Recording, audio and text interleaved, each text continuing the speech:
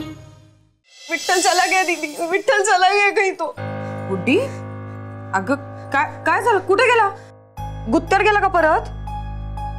नहीं दीदी, हमको तो लग रहा है इस बार वापस आने के लिए नहीं गया वो। गुड्डी ये काय बोलती है? दीदी अगर वो दारू पीने जाता तो अपना बटुआ साथ लेकर जाता, फोन भी यहीं छोड़कर गया है वो। अगं म्हणजे इकडेच कुठेतरी गेला असेल, येईल तो।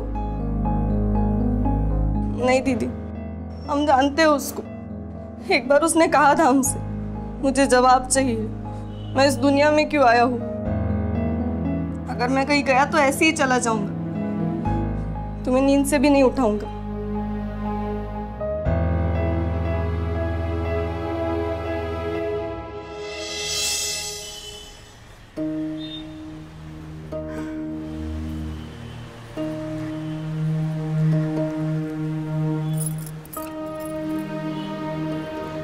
आमची ॲना चित्र काढतीये। कुठलं चित्र काढतीये?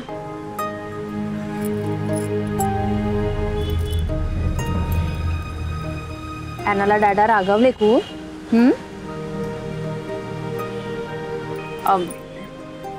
बोल ना माझ्याशी, रुसली आहेस तू माझ्यावर?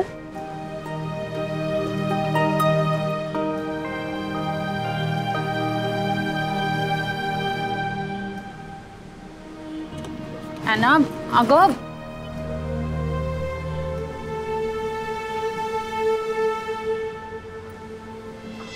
गजा, मला तर काही सुचेनासच झालंय। तिकडे ती गुड्डी रडत बसली आणि इकडून कधी पण निरोप येऊ शकतो की विठ्ठलला सांगा गाडी काढा म्हणून। काय सांगायचं आपण? विठ्ठल कुठे गेलाय, का केलाय, आपल्याला तर काही माहितीच नाही। विठ्ठल भाऊ पण लय कुटाणे करून ठेवतो ना, ते साहेब किंवा मॅडम लोकांना नाही ना सांगू शकत आपण। काय काय सांगू शकत नाही आम्हाला गजानन? आणि काय काम सोडून काय गॉसिप चाललंय? मॅडम, विठ्ठल गायब झालाय। काय? अरे देवा, पण मग त्याची ती बायको गुड्डी ती बरी आहे का? कसलं काय, रडून रडून हालत करून घेतली तिने स्वतःची। अरे बाप रे, पण मग आता काय करायचं आपण?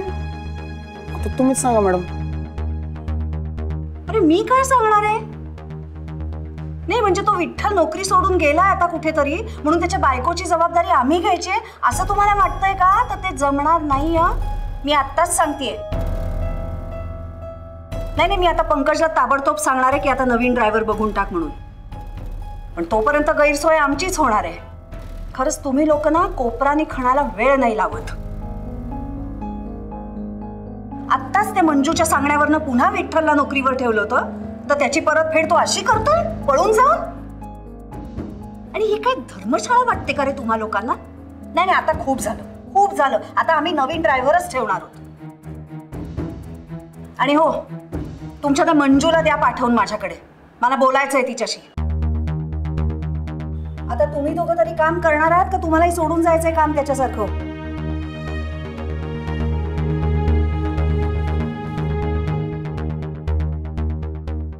मंजूताईला निरोप द्यायला पाहिजे, काय काय झालं ते सगळं सांगायला पाहिजे। आता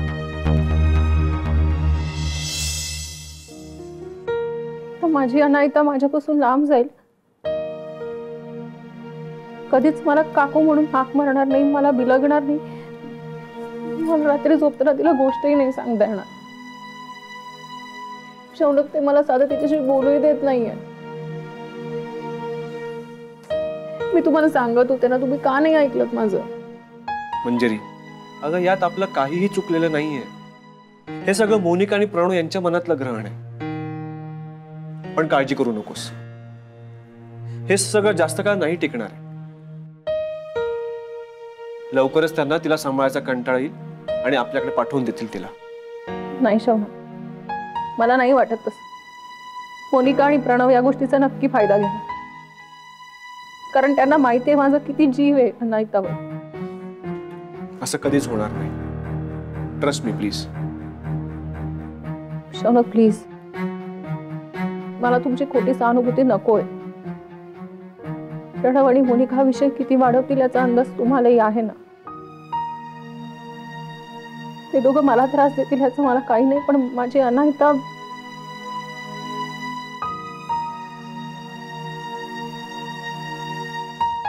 मंजिरी, सगळं ठीक होईल. शौनक अजून किती दिवस अशी एकमेकांची समजूत काढत आपण जगणार आहोत? मला माहिती आहे शौनक, मी या घरात राहिले तरी कधीच या घरची नाही होऊ शकत आणि या घरचे माझेही नाही होऊ शकत. पण हेच जर देवयानी कशाही वागल्या ना तरी त्या तुमच्यासारख्या श्रीमंत घरातल्या आहेत ना, त्या कायम इथे राहतील. मी हारले शौनक, मी हारले. मंजिरी, काय झालंय? तुम्हाला नाही माहित काय झालंय? मंजुताई, तुझ्याशी जरा बोलायचं होतं. लय मोठा गोळ झालाय गड्या.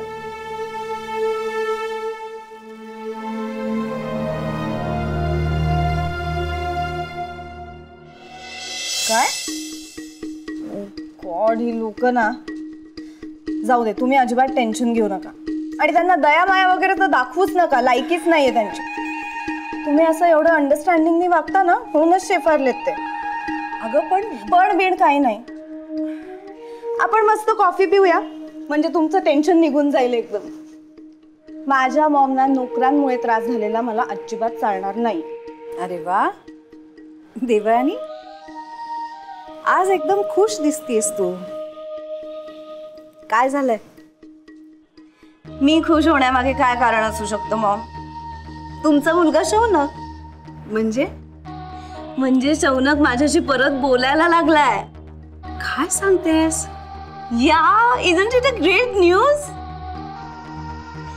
आमचं असं ठरलंय की आता एकमेकांशी नीट बोलायचं, वेगवेगळ्या विषयांवर. शौनकला आवडतं तसं. म्हणजे तो मला एक विषय देणार, मग मी त्यावर रिसर्च करणार आणि आम्ही दोघं त्याबद्दल बोलणार. सो सध्या मी आता इंडियन क्लासिकल डान्स फॉर्म्सवर रिसर्च करते. मॉम, यू वोंट बिलीव्ह, मला इतक्या इंटरेस्टिंग गोष्टी कळतायत माहितीये.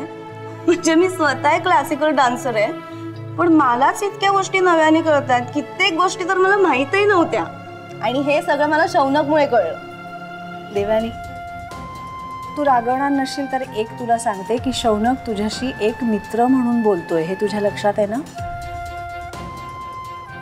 माहितीये मला.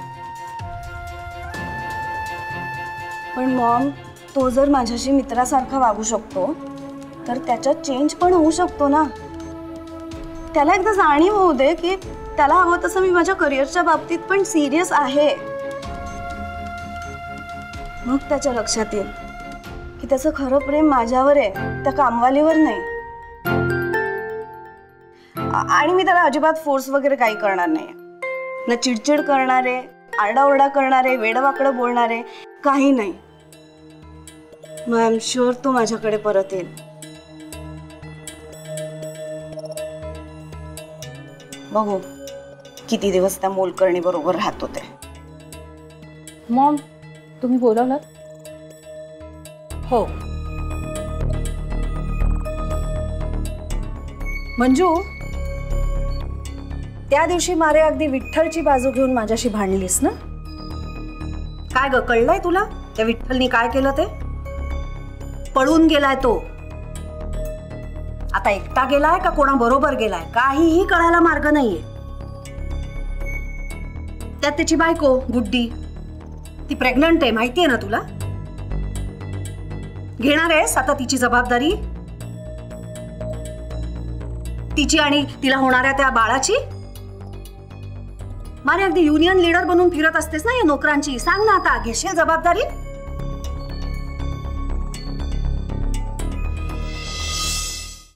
बोल ना मंजू, आहे काही उत्तर तुझ्याकडे?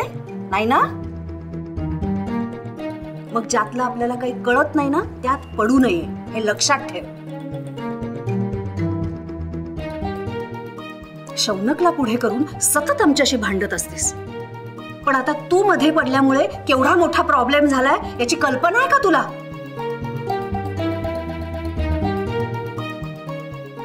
ते सगळं भोगावं लागणार आहे आम्हाला. तू हात वर करून मोकळी होशील. म्हणजे तुला आधीच सांगून ठेवते, तू देशमुख नाहीस. त्यामुळे आमच्या देशमुखांच्या कुठल्याही घरातल्या गोष्टींमध्ये तू पडायचं कारण नाहीये. लक्षात ठेव.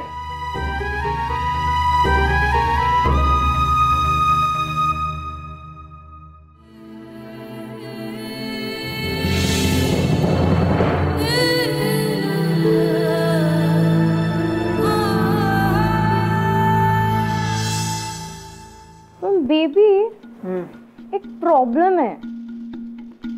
म्हणजे बघा आता अनायताला आपण मंजूकडे पाठवणार नाही आहोत, मग तिला सांभाळणार कोण आहे?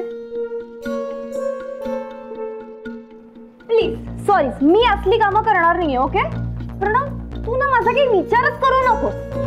अगं अनायता तुझीच मुलगी आहे ना? माझी. अगं म्हणजे आपली मुलगी आहे. मला तिला आपली सवय व्हायला पाहिजे का त्या मोलकरणीची? पण म्हणून मी काम करायचंय का? अगं आपल्याच मुलीला सांभाळणं हे काही काम नसतं अगं. हे बघ मोनिका, जर मंजूला आपल्याला लवकरात लवकर या घरातनं हाकलायचं असेल तर मग तिची सगळी सपोर्ट सिस्टम आपल्याला संपवली पाहिजे. मंजू अनायतावर इमोशनली डिपेंडेंट आहे, सो तिचा इमोशनल सपोर्टच आपण संपवला पाहिजे. आता मला सांग, या घरात मंजूच्या बाजूने कोण कोण आहे? जीजी, नैना आणि अनायता, बरोबर? तर जीजीचा काही फार फायदा होत नाही, तिला कोणी सिरियसलीच घेत नाही. नैना तर नैना मी सांगून ऐकणाऱ्यातली मुलगी नाही, so forget it. But Anaita is our trump card.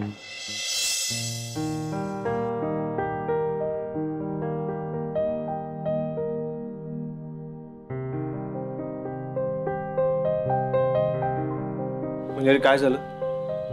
Maugham काहीतरी बोलली ना तुला? एनिवेज जाऊ दे, बस. तुला पाणी देऊ का? नाही, मला काही नको. मला आता एवढंच कळतंय की माझं ऑफिस आहे आणि मला जायला हवं. बाकी काही नको मला. मंजिरी, तू मला नाही सांगणार आहेस का माझ्याकडून काय चुकतंय? कोणाचंच काही चुकत नाही.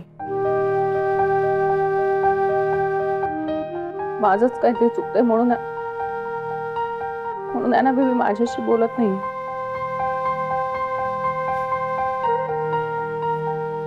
ती जर माझ्याशी बोलणार नसते तर मी काय करू या घरात राहून?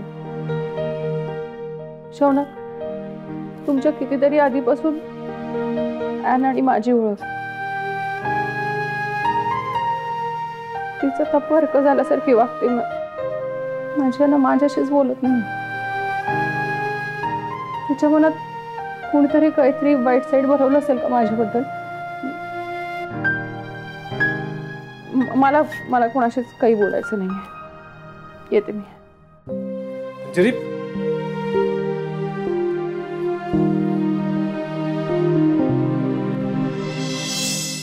अनायतामध्ये मंजू इमोशनली इन्व्हॉल्व झाली आणि अनायताने जर मंजूकडे जाणं बंद केलं तर मग मंजूला खूप त्रास होईल.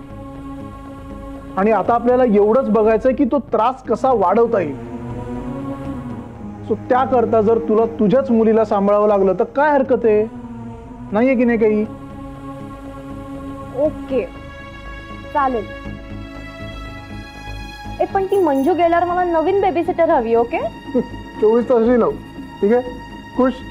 मंजू जाऊ दे फक्त एकदा, बस. काय ग, कुठे होतीस? तू बोलली नाहीस ना मंजूशी परत? नाही, मी निघून आले. गुड. तुला माहिती आहे ना, समजा जर मंजूशी तू परत बोललीस तर मग आजोबा काय करतील? मंजूला घरातनं काढून टाकतील. मग ती रस्त्यावर राहील, भीक मागेल. चालणार आहे का तुला? नाही नाही, नको काढूस ना माझ्या मंजिरी काकूला बाहेर. मी नाही बोलणार तिच्याशी, कधीच नाही बोलणार मंजिरी काकूशी. कोणाशी? काय बोलायचं ठरलं आपलं? सॉरी, मंजू ताईशी. गुड. हो मंजिरी, आय होप तू केस स्टडी करून आलीस. हो म्हणजे खूपदा नाही, पण एकदा वाचली मी case. What do you think नाव? इन्व्हेस्टिगेशनला सुरुवात कुठनं करायला हवी? ती चुकलेली मेडिसिन्स ती ज्याने दिली तो फार्मासिस्ट आता गायब असणं. I find it fishy. माझ्या मते तरी ओपन अँड शट केस आहे. मला एक कळत नाहीये, तो कागद ज्यावर डॉक्टरांनी औषधांची नावं लिहून दिली होती, तो कागद कुठे आहे? त्या कागदावर त्यांची सही नाव वगैरे असेलच ना? प्रिस्क्रिप्शन ना, ते तर मिळवायचंच आहे आपल्याला. पण झोल त्या फार्मासिस्टनीच केलाय. कशावरून? कदाचित त्या डॉक्टरने चुकीच्या गोळ्या लिहून दिल्या असतील. जे दिसतं ते तसंच असतं असं नाही, हे तूच म्हणाला होतास ना. पण तू अर्थ चुकीचा घेतलायस. I don't agree with you. ज्या अर्थी तो पळून गेलाय त्या अर्थी तो फार्मासिस्टच फ्रॉड आहे. पार्वती देशमुख म्हणजे हर्षवर्धनच्या काकू, तुझ्या चुलत आजी. काकू? Are you sure? पण त्या एका कुठल्याशा साधूच्या नादी लागल्या होत्या आणि त्याच्यामुळे त्या जादूटोणा करणी असं सगळं करायचं. किंवा तसं भासवण्यात तरी येत आहे. म्हणजे एखादी व्यक्ती गायब होते तशी गायब केली जाऊ शकते. अनेकदा इतिहासातली माणसं वर्तमानात गायब होतात कारण त्यांचं तसं गायब होणं काही जणांच्या पथ्यावर पडतं. हे तसंच असेल तर? आता जरा सिंपल मराठीत सांग मला. म्हणजे त्या फार्मासिस्टला कुणीतरी गायब केलं असेल तर?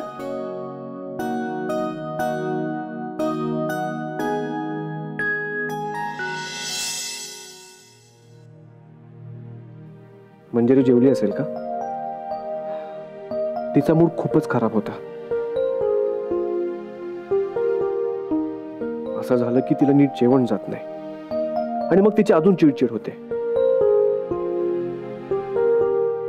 तिला एकटीला जेवायला नाही आवडत आणि मलाही. काय करू मी?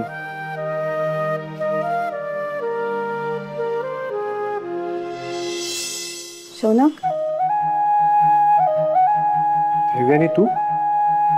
हो, ऍक्च्युली मॉम मीटिंगला गेल्यात आणि बाकी कोणी घरी नाहीये. मी जेवायलाच बसणार होते अँड आय थॉट की मी एकटीच आहे, तूही एकटाच असशील, so let's have a lunch together. मला माहिती आहे तुला एकट्याने जेवायला आवडत नाही, एवढी मलाही कंपनी मिळेल. व्हॉट्स आहे? पण देवानी म्हणजे जाऊ दे. नाही थांब, बसूयात आपण जेवायला. हा, फक्त आमच्याकडे डायनिंग टेबल वगैरे नाही आहे. खेचतोयस का माझी? चल जेवूया. ओके ठीक आहे. हो, मी सांगते त्यांना. हां, ते जरा बिझी येतात. हां, मी सांगते. धन्यवाद. नाही अरे, हळू जरा, ठसका लागेल. हळू पाणी.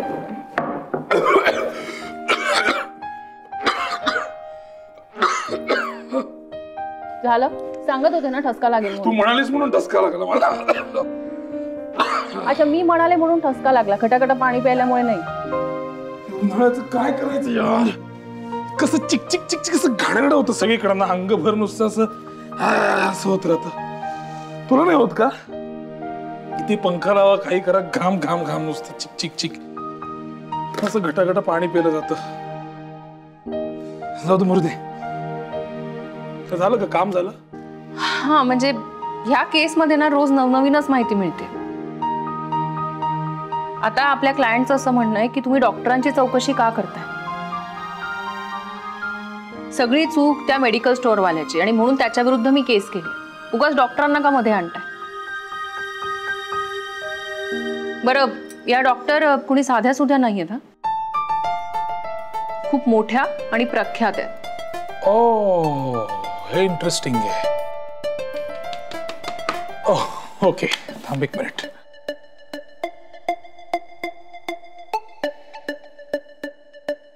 हॅलो हॅलो, हाय.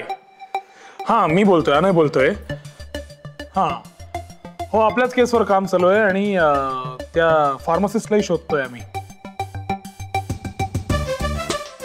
मला तुमच्याकडे काम असं होतं की तुम्हाला त्या डॉक्टरने दिलेलं जे प्रिस्क्रिप्शन होतं ना त्याची कॉपी किंवा त्याचा एखादा फोटो मला हवा असेल ना तुमच्याकडे? हा हो तेच. नाही मला कारण चौकशी अशी करायची आहे की याच औषधाचं डुप्लिकेट अजून कुठले फार्मसिस्ट ठेवतात. ते प्रिस्क्रिप्शन असेल ना तुमच्याकडे? प्रिस्क्रिप्शन नाहीये का? पण ते तुम्ही मला सांगितलं होतं तोंडी, but that won't stand a chance in the court. नाही कारण आपल्याला प्रूव्ह हे करायचं आहे की तुम्ही त्याच डॉक्टरकडनं तेच प्रिस्क्रिप्शन दाखवून त्याच फार्मासिस्टकडनं औषध आणलं. नाही हो आपल्याला असं. हॅलो हॅलो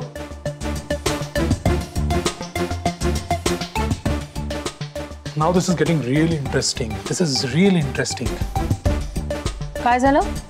आपला क्लायंट त्याच्या डॉक्टरांच्या विरोधात बोलायला तयारच होत नाहीये.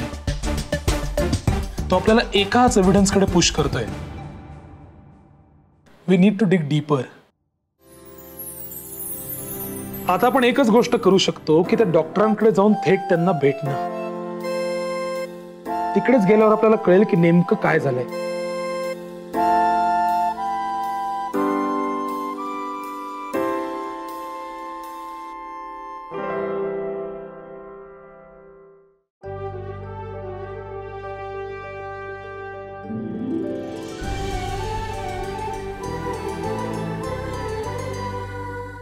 अधिक माहितीसाठी सोनी लिव्ह ॲप डाउनलोड करा. Sony Liv, we live to entertain.